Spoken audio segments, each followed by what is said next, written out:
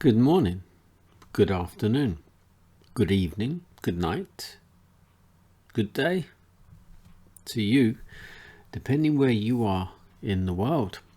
I had a wonderful Sabbath today. Yes, wonderful Sabbath. It was quite a long one as well. I'm doing my nighttime devotion from the devotional Lift Him Up. The title today is Spiritual Development Through Service.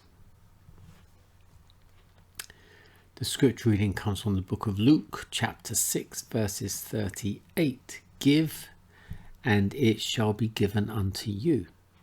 Good measure, pressed down, shaken together, running over, shall men give into your bosom. For with the same measure that ye mete withal, it shall be measured to you again.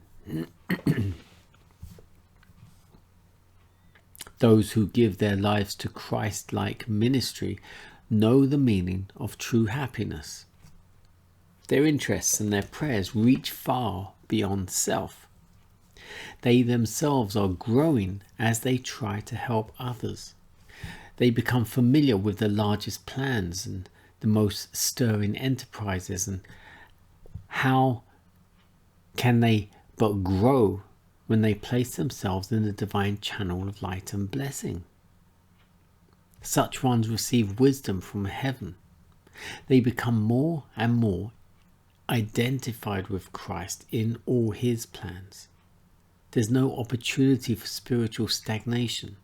Selfish ambition and self-seeking are rebuked by constant contact with the absorbing interests, the elevated aspirations, which belong to high and holy activities.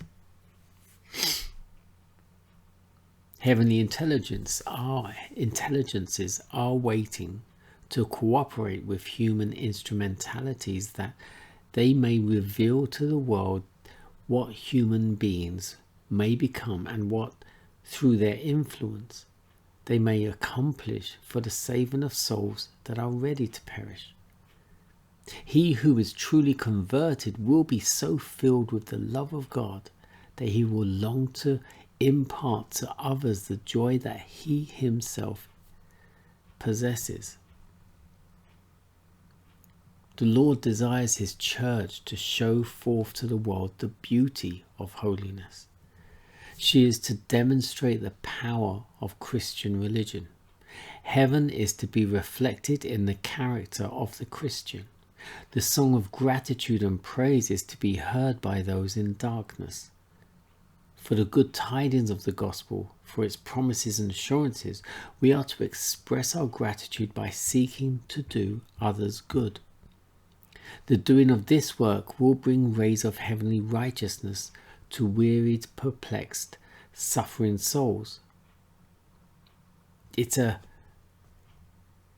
as a fountain opened for the wayworn, thirsty traveller. At every work of mercy, every work of love, angels of God are present. Christ's work is to be our example. Constantly, he went about doing good.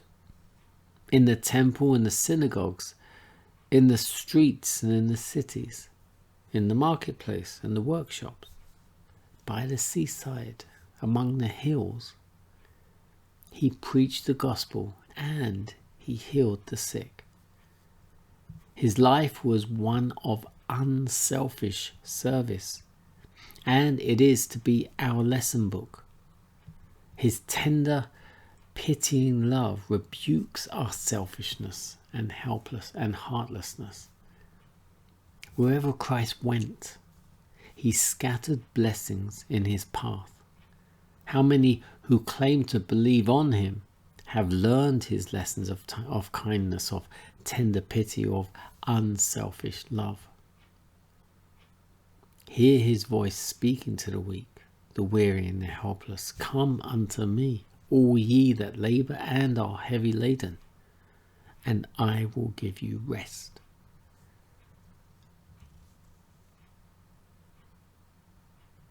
There was no wearying of his patience, no repressing of his love.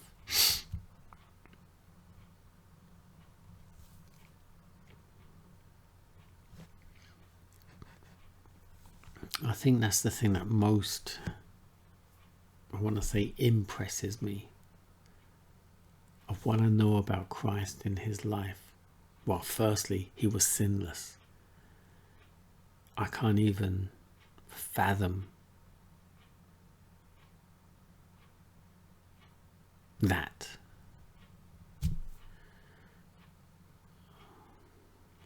But also,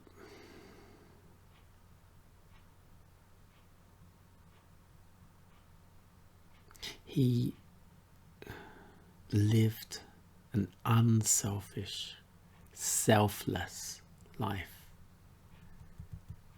And when he started his ministry, he was preaching all day, every day. Well, pretty much. And healing everywhere he went.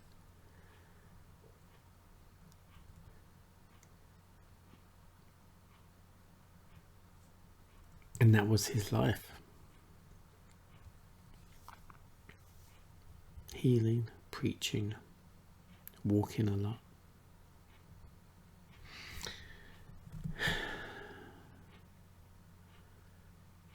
Makes me wonder, would I be able to do that?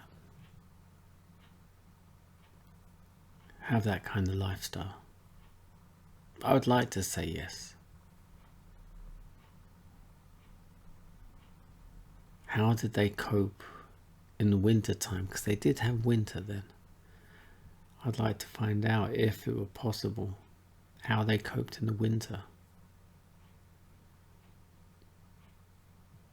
But aside from that,